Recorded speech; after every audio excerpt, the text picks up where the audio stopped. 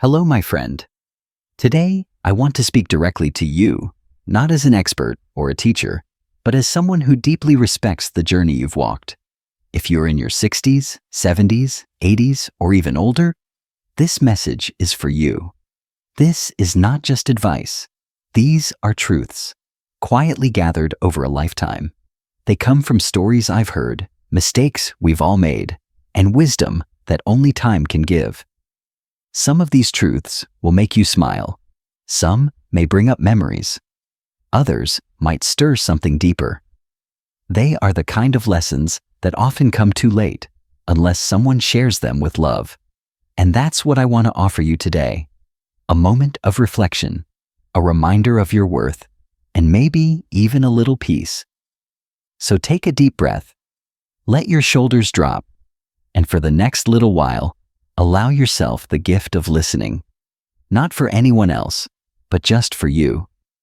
Because your life still matters, your voice still matters, and your happiness, even now, is still worth protecting. Let's begin. Truth number 1. Protect your peace, even from your own children. You love your children deeply, endlessly, without condition. But love doesn't mean surrendering your peace, and it certainly doesn't mean giving up your right to privacy, especially when it comes to your finances. You've spent a lifetime working hard, saving wisely, sacrificing for your family. Those savings represent years of labor, choices made, comforts postponed. Now that you're older, they are meant to support you, not stress you out. It might feel uncomfortable to keep things like your bank balance or retirement savings private. After all, your children may not mean harm. But as life gets more complicated, as homes need to be bought, businesses started, debts paid, even the most well-meaning child can begin to see your money as a solution to their problems. That's not fair to you. You're not a backup plan. You are not their safety net. You deserve peace of mind, freedom from guilt, and the right to say, "I'll think about it," or even "no." Protecting your finances doesn't mean you love them any less. It means you've learned that wisdom sometimes looks like silence. Let your money be a source of stability, not tension.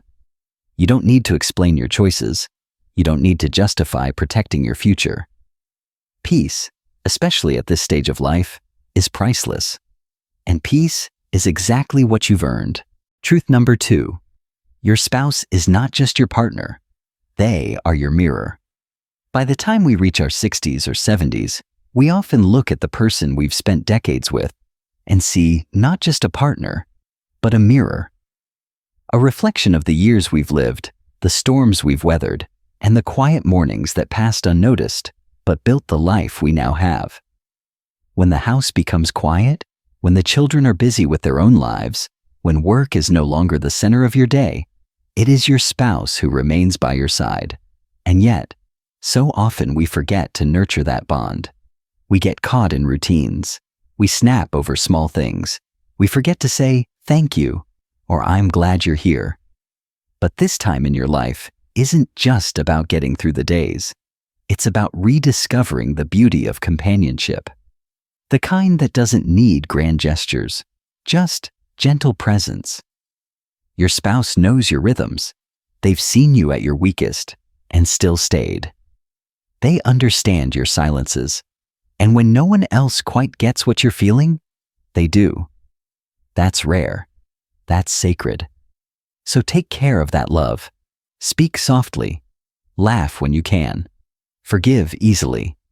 You're not building a life anymore. You're sharing one. And that's a gift. Because when you were young, love was about the heart. But now, love is about loyalty. And loyalty, when nourished, is one of the most beautiful things you'll ever grow. Truth number 3. Grandchildren are a joy, but not your job.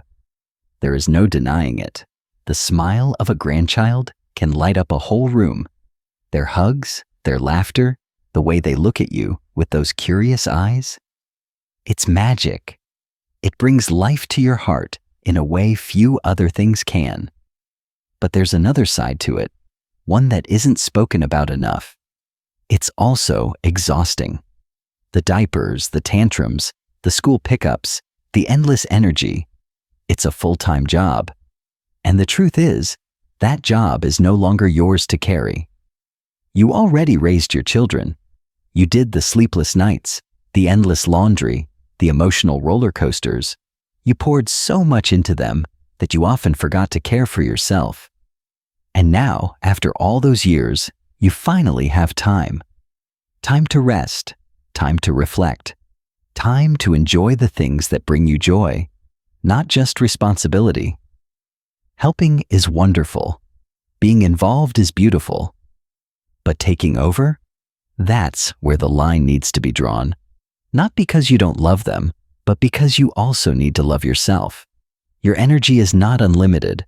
Your health is not something to gamble with. And let's be honest, the more you give, the more it becomes expected. Gratitude fades, boundaries blur, and soon, you're not visiting the grandkids, you're raising them. You have earned the right to say, I'm here to love, not to raise. Be the storyteller. Be the safe place. Be the warm memory they carry into adulthood. But do it in a way that honors your peace. Because love should feel light, not like a second full-time job. Truth number 4. Your home is your sanctuary. As we grow older, our connection to home becomes deeper.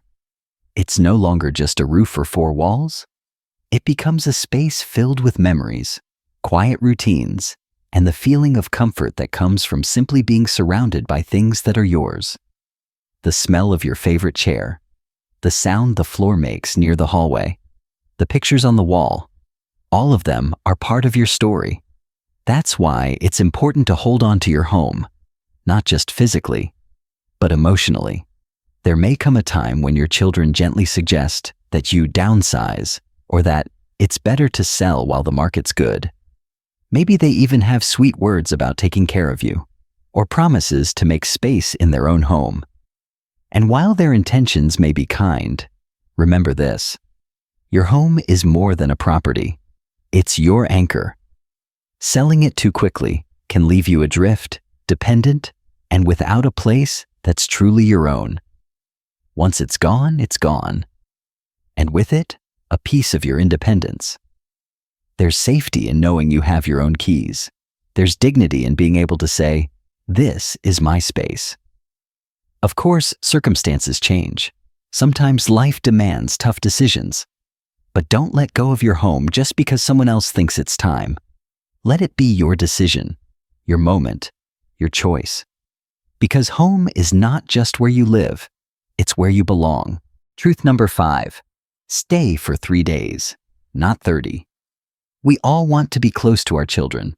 Spending time with them, and especially with the grandkids, brings joy, connection, and a sense of family. But there's an old truth that still holds. Even the closest families need space to breathe. You may not notice it, but after a few days of staying in your child's home, the energy begins to shift. Your rhythms may not match theirs. You're waking up earlier, cooking differently, watching different shows, or offering advice that, though well-meaning, may not always be wanted. It happens. And it's not about fault. It's about boundaries.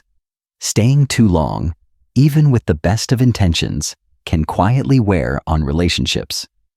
Your children may feel like they can't fully relax. Their spouse might feel they've lost their space. The kids may act differently, and you may begin to feel like a guest, or worse, a burden. That's why the 3-day rule is so wise. It protects love by giving it room.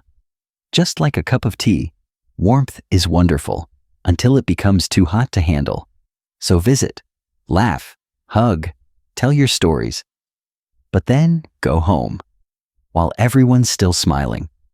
Let your presence be something they look forward to again, not something they secretly need a break from. Because love grows best with just the right amount of space. Truth number 6. Never remarry in haste. Loneliness can be one of the hardest parts of aging. After a partner passes, or after a divorce, the silence in the house can feel heavy.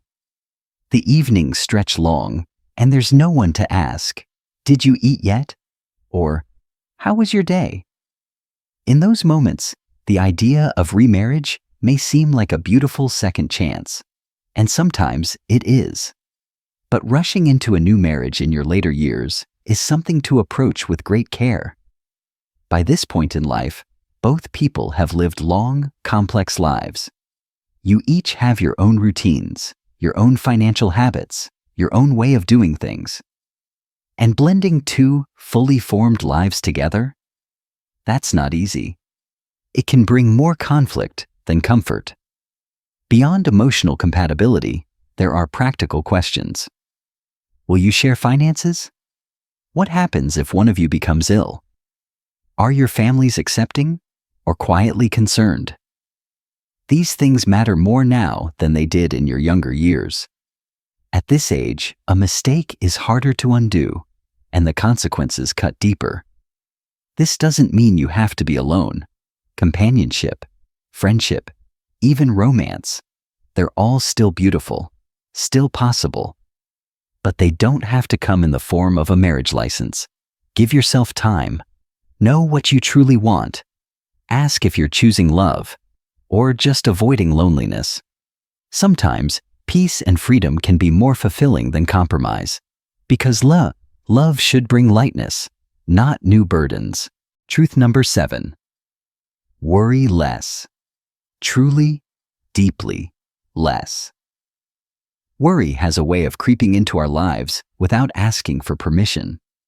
Sometimes, we lie awake at night thinking about our children, our health, the bills, or simply wondering, what comes next? The older we get, the more time we seem to spend in our own heads. And while concern is natural, chronic worry is not a badge of love. It's a weight we were never meant to carry forever. You may feel that worrying helps you stay in control, that if you don't think about it, something might go wrong. But the truth is, worrying doesn't stop bad things from happening. It just steals your joy in the present moment. It robs you of peace, sleep, laughter, and connection. You've been through enough in life to know that most problems either work themselves out or weren't worth worrying about in the first place. Let tomorrow's troubles stay in tomorrow. And tonight, give yourself permission to rest. If something still needs solving, it will be there in the morning. And you'll face it with a clear head and a calmer heart. Your well-being matters just as much as your wisdom. And sometimes, the wisest thing you can do is simply let go. Worry less. Breathe more.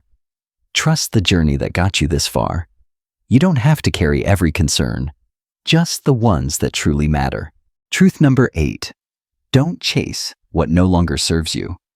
We live in a world that praises youth, speed, achievement, and appearance. It's easy to feel like we're falling behind if we're not constantly striving for something, even in our 60s, 70s, or 80s. But here's the honest truth. You've earned your rest from that kind of chasing. You don't need to prove anything anymore. Not to your neighbors. Not to your children. Not even to yourself. You've lived, you've tried, you've succeeded, you've failed. And through it all, you've grown. At this point in your life, peace is the new success. Simplicity is the new wealth. A quiet morning, a kind word, a walk in the sun. These are the treasures worth chasing now. Let go of the pressure to look younger, to own more, to keep up. Let go of titles you once held, and don't worry if others forget them. They don't define you. You don't need the approval of the world to feel good about who you are. Instead, ask yourself, what brings me calm? What makes me smile? And then, do more of that. There's nothing wrong with ambition, but there comes a time when the most courageous thing you can do is simply be. Be content. Be soft. Be yourself. Because what really matters now isn't how high you climb, but how deeply you feel. Let the rest go. Truth number 9.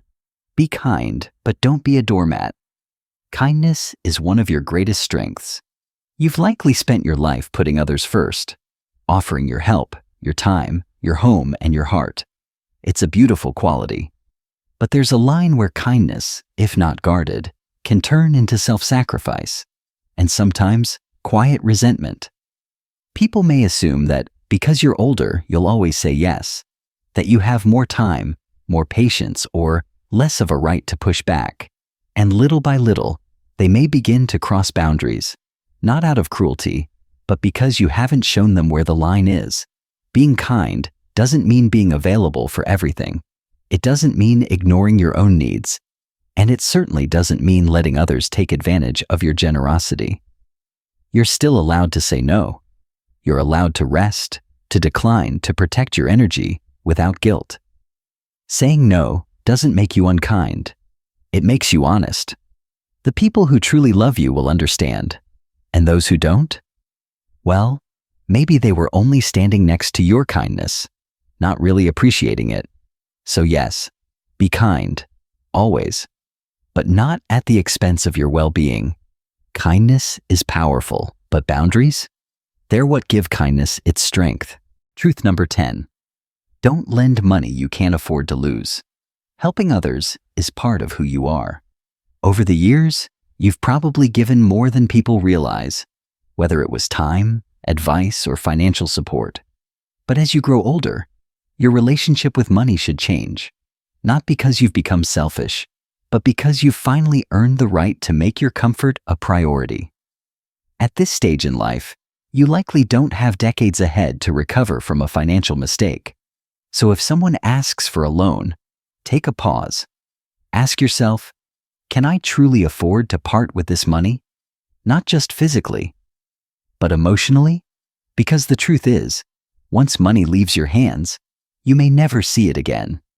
Even with the best of intentions, circumstances change, promises fade, and the person you tried to help might one day boldly avoid your calls instead of offering thanks. It doesn't mean you stop being generous.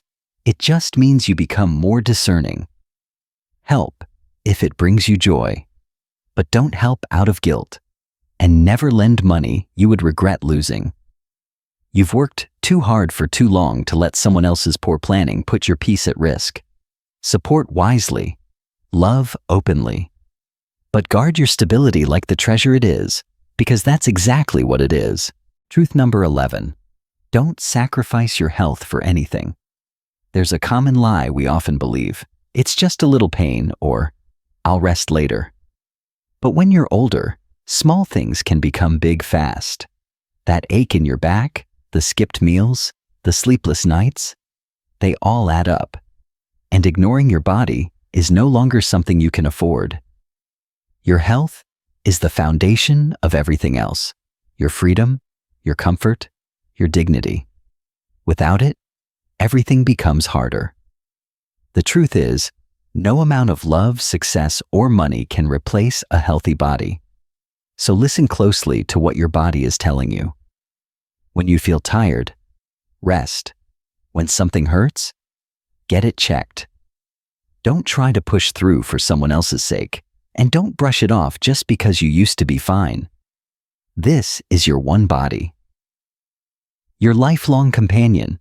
Treat it with the care and patience you so often give to others. Eat foods that fuel you. Move in ways that keep you flexible and strong. Sleep when you need it. And let people help when you can't do it alone. Taking care of yourself isn't selfish. It's essential. Because when you stay well, you stay you. And that's the best gift you can give your loved ones, the healthiest, happiest version of yourself. Truth number 12. Spend. Yes, spend. On yourself. You've saved, you've sacrificed. You've skipped little luxuries so your family could have more. And for years, you were proud of that. You should be. But now, it's time. Time to give back. To you. That trip you've dreamed about? Take it. That restaurant you always walk past but never enter? Go in. That new chair? The soft sheets?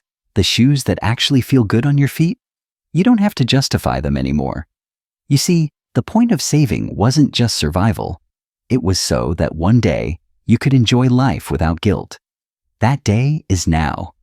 You've earned the right to feel good, to indulge a little, to celebrate small pleasures without asking anyone's permission. Don't wait for the right time. Don't save the good china for guests. Don't leave the sweater with the tag on, waiting for a special occasion. This is the occasion, this moment, this stage of life, this version of you. You're not being reckless. You're honoring the work of your past by letting it serve your present. After all, what good is a lifetime of saving? If you never stop to taste the sweetness, spend, smile, savor. Life is meant to be lived, especially now. Truth number 13. Stay young where it counts. Age is not a number, it's a mindset. And while your knees might creak and your eyesight might not be what it used to, your spirit? That can stay as young as you choose to keep it. You don't have to pretend to be 30. You don't need to dye your hair or hide your wrinkles. What matters is whether you still feel curious, whether you laugh easily, whether you let small things delight you, a bird outside your window, a favorite song on the radio, a fresh cup of coffee on a quiet morning. Don't let the world tell you you're too old for anything. You're not too old to dance in your kitchen, not too old to learn something new, not too old to fall in love with life again, and no, joy is not reserved for the young. Joy is for the living, and you are still very much alive. So stay playful, stay kind, stay open to the magic in ordinary things. Because the real fountain of youth isn't found in a bottle, it's found in the heart. And your heart, when light and free, will always keep you young. If you've made it this far, I want to thank you, not just for listening, but for allowing these words into your heart. Growing older is not the end of something. It's a becoming, a deepening, a slowing down, not in spirit, but in speed. And in that slowing down, we begin to notice the beauty we once rushed past, the small joys, the quiet victories, the simple peace of being here still. You've walked through decades. You've known love and loss.